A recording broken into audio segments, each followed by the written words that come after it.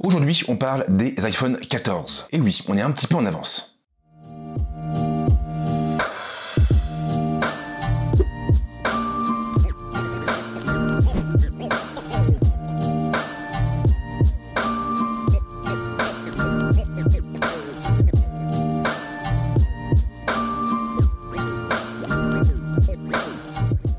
Nous sommes actuellement en janvier et du coup, si Apple respecte le planning habituel, je multiplie par 3, je divise par 100, j'additionne pi, eh bien les nouveaux iPhones devraient être présentés en septembre. Et donc dans quelque chose comme 9 mois. Alors c'est sûr, ce n'est pas pour tout de suite et ça fait clairement bizarre de parler d'un produit qui ne sera pas présenté avant plusieurs mois. Sauf que voilà, ces derniers temps les rumeurs vont bon train et au final on a pas mal d'infos concernant les nouveaux iPhones. Des infos qui portent sur leur design, sur leur fiche technique, mais aussi sur leur prix. Et pour une fois, il faudrait s'attendre à pas mal de changements.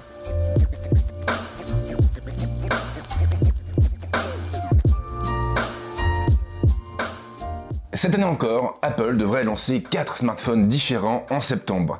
Oui, 4 smartphones différents, mais pas les mêmes. L'iPhone 14, l'iPhone 14 Pro et l'iPhone 14 Pro Max seraient ainsi complétés par, roulement de tambour, un iPhone 14 Max. Et donc par un iPhone 14 au format XXL avec un encombrement et une diagonale similaire à celle du modèle Pro Max. Concrètement, on aurait donc le choix entre deux appareils avec des écrans de 6,1 pouces et deux appareils avec des écrans de 6,7 pouces. Et bien sûr, un iPhone 14 Max oblige, l'iPhone 14 mini passerait de vie à trépas. Il ne serait donc pas reconduit, ce qui n'est pas vraiment surprenant, eu égard aux différents chiffres qui circulent sur internet. D'après pas mal de sources différentes, l'iPhone mini serait effectivement le modèle qui se vendrait le moins. Apple, comme tous les constructeurs, aurait bien entendu pour objectif de vendre un maximum de modèles, ce qui explique ce petit changement. Un choix qui serait finalement assez logique.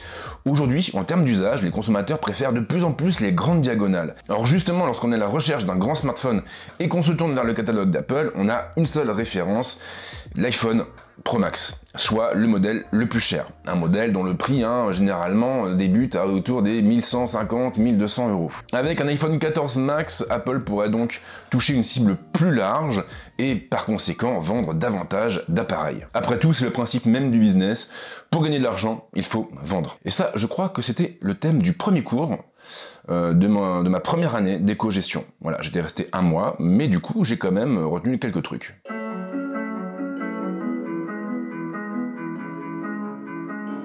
Alors vous le savez sans doute, Apple n'est pas du genre à changer le design de ses produits tous les ans, et généralement la firme préfère procéder par petites touches. L'iPhone en est d'ailleurs un bon exemple parce qu'au final, quand on compare les iPhones actuels à l'iPhone 10, eh bien on n'a pas tant de différence que ça. On a effectivement un nouveau module photo à l'arrière, l'encoche est un peu réduite sur les derniers modèles, mais le fondement même de la proposition d'Apple est resté le même. Sauf que voilà, au bout d'un moment, les gens commencent à se lasser de cette encoche, commencent à se lasser de ce module photo protubérant, et justement cette année, il faudrait s'attendre à pas mal de changements de ce côté. Alors globalement, les fondamentaux devraient rester les mêmes, on retrouverait donc un boîtier en verre et une armature métallique. Alors côté métal, en revanche, toutes les sources ne vont pas dans le même sens. Vous avez certaines personnes, certains leakers, qui s'attendent à ce qu'Apple reprenne à peu près les mêmes ingrédients que sur les derniers modèles. On aurait donc des iPhone 14 avec des bordures en aluminium et des iPhone 14 Pro avec des bordures en acier inoxydable. Mais vous avez d'autres sources qui s'attendent à ce qu'un nouveau métal fasse son apparition, le titane. Et du coup, on aurait du titane sur les modèles Pro et de l'acier ou de l'aluminium sur les modèles tout simples. Après, la principale différence viendrait finalement de l'écran, ou plutôt de l'encoche. Elle disparaîtrait enfin au profit d'un double poinçon, avec un trou accompagné d'une petite languette ou un i couché si vous préférez.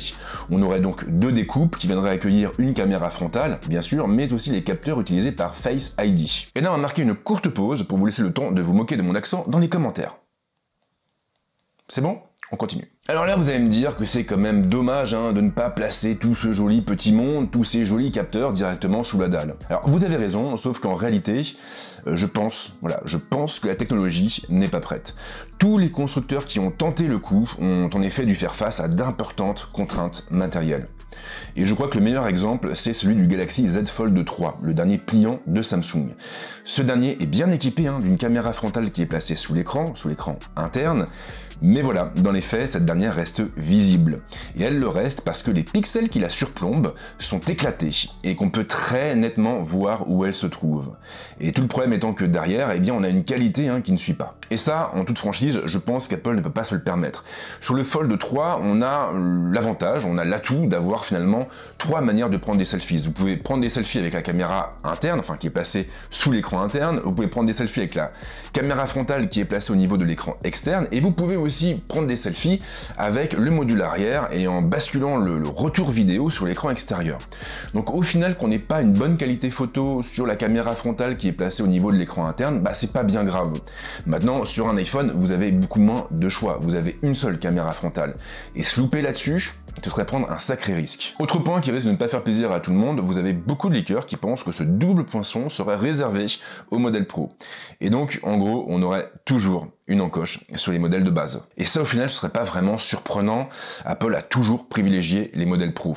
Et généralement, quand vous avez une nouvelle techno qui sort sur les iPhones, elle sort d'abord sur les modèles Pro, avant d'arriver sur les modèles de base, mais de la génération suivante. Donc là, ce serait le même principe, on aura un double poinçon sur les modèles Pro et une vilaine encoche sur les modèles de base. Et puisqu'on en parle, sachez que les leakers évoquent aussi un boîtier un peu plus épais, un boîtier dans lequel le module photo viendrait complètement se fondre. En gros donc, les caméras qui sont situées à l'arrière ne dépasseraient plus de la plaque. Il faut quand même préciser qu'on avait exactement les mêmes rumeurs l'année dernière pour les iPhone 13. Et au final, bah, j'ai envie de dire, ma cache.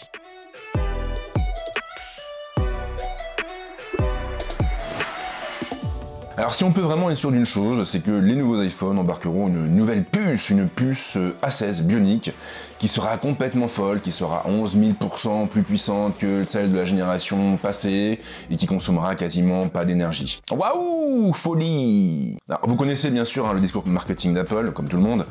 Maintenant, il faut quand même reconnaître que dans les faits, ils ne sont jamais très loin de la réalité. Et c'est vrai que quand vous voyez les SoC qui sont embarqués sur les smartphones de la marque, bah vous savez qu'ils ont quand même un coup d'avance sur la concurrence. Et c'est pareil d'ailleurs pour les SoC que l'on retrouve maintenant à bord des Mac ou de certains iPad Pro. Encore que dans ce cas, le M1 n'est pas encore pleinement exploité et c'est bien dommage. Grosse puce au programme donc, avec en prime l'arrivée du 120 Hz sur tous les modèles d'iPhone.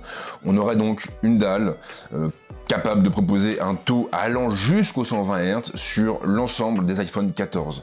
Ce qui inclut donc l'iPhone 14, l'iPhone 14 Max, l'iPhone 14 Pro et l'iPhone 14 Pro Max. Sauf que voilà, là encore, toutes les rumeurs ne vont pas dans le même sens et vous avez des gens, des leakers qui pensent que le 120 Hz sera limité une fois de plus au modèle Pro. Et ce tout simplement parce qu'Apple n'arriverait pas à se fournir assez de dalles pour équiper les iPhone 14 et iPhone 14 Max. Et je prie évidemment pour que ce ne soit pas le cas. Alors après on imagine qu'on aura toujours le Wi-Fi 6 ou le Wi-Fi 6E, qu'on aura entre 6 et 8 Go de RAM avec 128 de stockage sur tous les modèles de base. D'ailleurs de mon côté, j'espère secrètement que les iPhone 14 Pro embarqueront en natif 256 Go de stockage, histoire de démocratiser un petit peu le ProRes, car il faut savoir que sur les iPhone 13 Pro et iPhone 13 Pro Max, si vous voulez du ProRes, il faut obligatoirement vous tourner vers un modèle embarquant 256 Go de stockage. Si vous prenez un modèle avec 128 Go de stockage, bah ça le fait pas.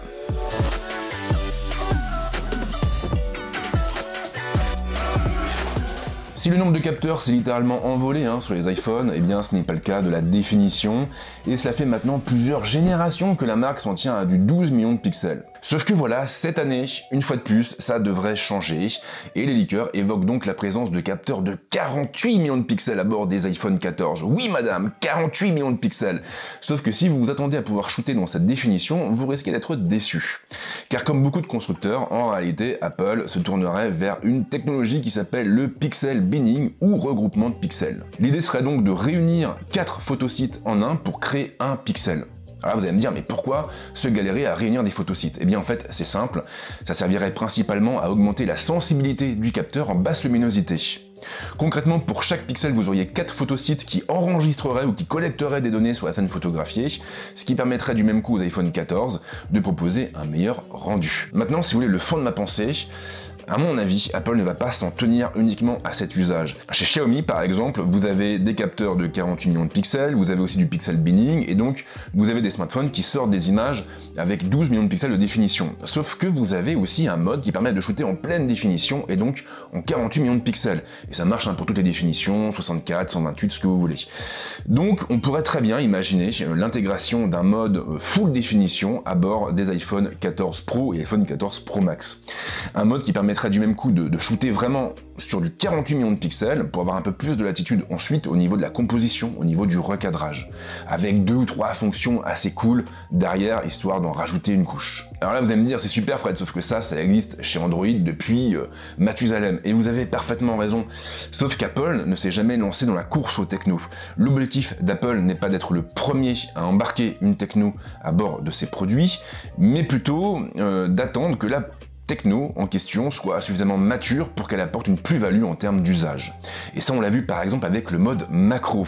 Un mode macro qui n'a fait son apparition que sur les iPhone 13 Pro. Et alors que ça fait quand même un moment qu'on trouve des modes de ce type chez la concurrence. Sauf que voilà, concrètement dans les faits, lorsque vous shootez en mode macro avec un iPhone 13 Pro, vous avez un rendu qui n'a rien à voir avec celui de beaucoup de ses concurrents.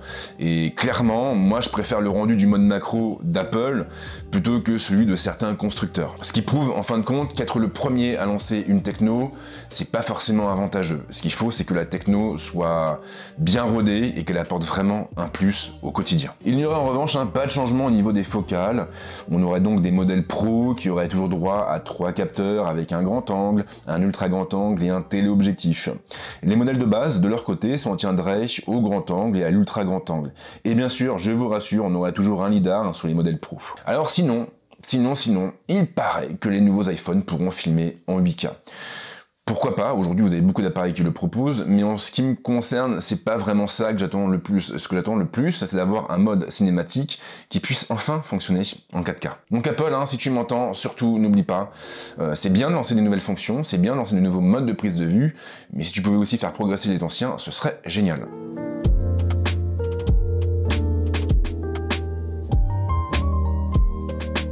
Alors la question que l'on peut légitimement se poser, c'est de savoir si le prix des iPhone 14 restera le même ou si ils vont s'envoler.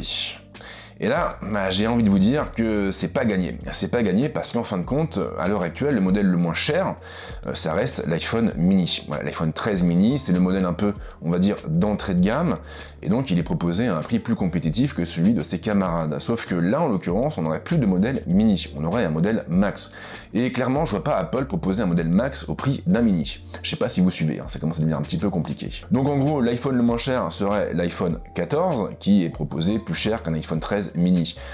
Donc au final, si on y réfléchit bien, et si je me suis pas trop planté, ça veut dire que le prix, ou plutôt le ticket d'entrée, le prix du ticket d'entrée de la nouvelle gamme serait plus élevé que celui de la gamme actuelle. Donc ça, c'est pas spécialement une bonne nouvelle, surtout qu'en plus derrière, vous avez plusieurs sources qui évoquent une légère augmentation des prix des iPhone 14.